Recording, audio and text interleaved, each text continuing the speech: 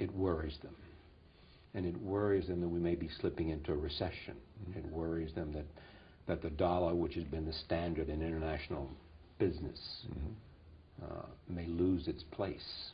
It worries them that where countries wanted to hold dollars, they may want to hold euros now. Yeah. What would you do about that? Well, in the first place, about 70% of international transactions are still conducted in the dollar. Right. So I don't think there's any reason to panic about that. In the second place, ironically, our richness as a nation is large part the reason for the decline of the dollar. We're buying more stuff from other people than they're buying from us. So that's a part of the picture.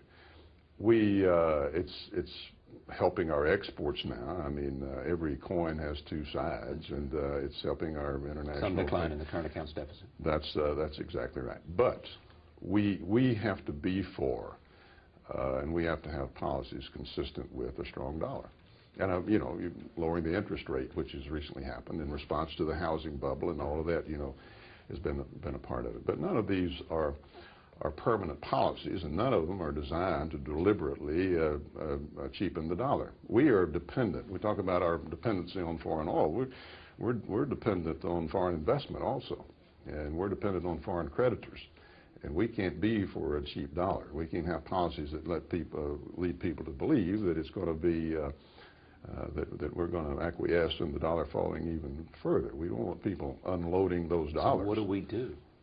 Well, to strengthen the dollar. Well, you can't snap your fingers and do that. I mean, one thing you could do is substantially raise the interest rates tomorrow. I mean, that would. Would you like to see the Federal Reserve do that?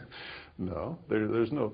I think over. But, I mean, where do you put this in terms of an economic concern, and where do you put, you know, the idea that we may very well be moving towards a recession, partly because of the credit crisis and partly because of slowdown in economic growth? Well, I don't know. Partly because of the dollar. I don't know of.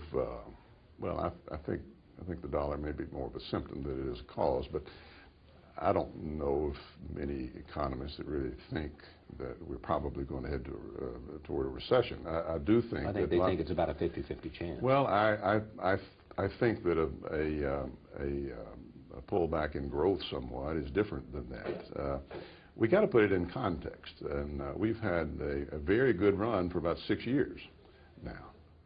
We've had economic growth, sustained good economy in terms of growth, in terms of inflation, in terms of unemployment, all of those things. Usually, we've had a couple of recessions or near recessions during that span of time, so we haven't had that.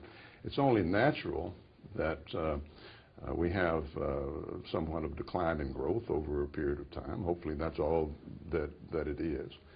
But the main thing you don't do is overreact and do things like raising taxes and imposing new regulations and things of that nature. You do things that have always proven to provide for a stable economy, which is just the opposite of that. You recently made an economic speech. I mean, would you change the, other than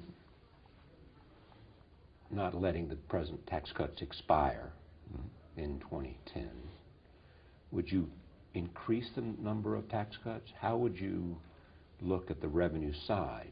Yeah. In the first place, I don't subscribe that $1 in tax cut equals $1 in revenue loss. I mean, that's static accounting that's never proven to have been accurate. Are you close to being a supply sider? I think, yeah, very close. You might even be there. No, I think historically, you know, you can go back for a long time, in the 20s or the Kennedy administration or the Reagan administration or this current administration, and when rates have been cut, you know, it's fostered economic growth, and growth is the one factor that we have to be able to rely upon to solve any of these other problems. But I would, yes, particularly I've got a paper out that deals with this in some detail. But I would point toward the corporate tax rate, for example. We have the second highest corporate tax rate in the industrialized world. That's all the European countries and the Scandinavian countries, and What's the corporate tax rate in, say, the United Kingdom? I'll tell you what it is in Ireland. I think it's 10%. And it's 35. And they've had explosive growth in Ireland. 35% here, and Japan is the only one higher than us, and they're talking about lowering theirs. The point being, they have discovered the only major industrialized country that has a higher corporate tax rate than the United States is Japan. Right, right. And that indicates that they have caught on to the fact that when your tax rate gets to a certain level, it hurts you in terms of where people locate their businesses, in terms of jobs, in terms of international competitiveness, and in terms of the revenue that the government brings in. I mean, a lot of people think that we're losing revenue by having a rate that high. So that's another area that needs to be looked at. Immigration. You've gotten, it's become the third rail in American politics. Wall Street Journal. Well, we're making progress. Social Security used to be.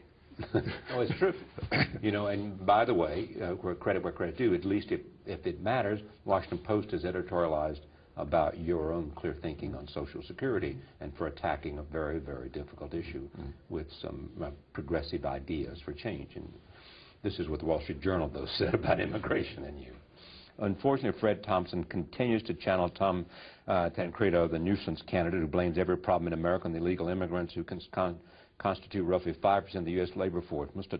Thompson promises to punish employees for failing to detect illegal alien workers who have already slipped by the feds. He also wants to cut off federal funding to cities that refuse to turn local cops into appendages of the Border Patrol, as if those cops don't have far worse offenders to pursue. This is reactionary populism masquerading as conservatism. It's even more disappointing to hear it from Messrs. Romney, Giuliani, and Thompson, because all three have political histories that reveal more sensible immigration vows. Most of my history when I was in the Senate on this issue had to do with legal immigration issues, something that I have strongly supported, and making sure that our legal system was more efficient and that brought in the people that we needed to have brought in to this country. Now, the illegal immigration problem is a big one. And I strongly disagree with the Wall Street Journal on this. They have been sounding this trumpet for a long, long time. They think businesses need the workers, and I'm sure that some do. But basically what they're saying, they're talking about sanctuary cities there in their criticism of me. And basically what a lot of these cities are doing is basically saying to their employees, you may not inform the federal authorities when you run across illegals who are here illegally. What does that say? In and of itself, number one, the wisdom of having a sanctuary city where people can come and bring their families and be induced to come and bring more and more over the years, knowing that they'll have safe haven. Terrorists, I'm sure, are aware of which cities are sanctuary cities. It's bad policy for America. Secondly, in 1996, we passed the bill, the United States Congress. It wasn't just me, it wasn't just a reactionary handful. The United States Congress passed a bill that made illegal sanctuary cities. Cities are violating that law every day. Some of them are. And how you can be for the rule of law and reform of our legal system and all of that, you know, on the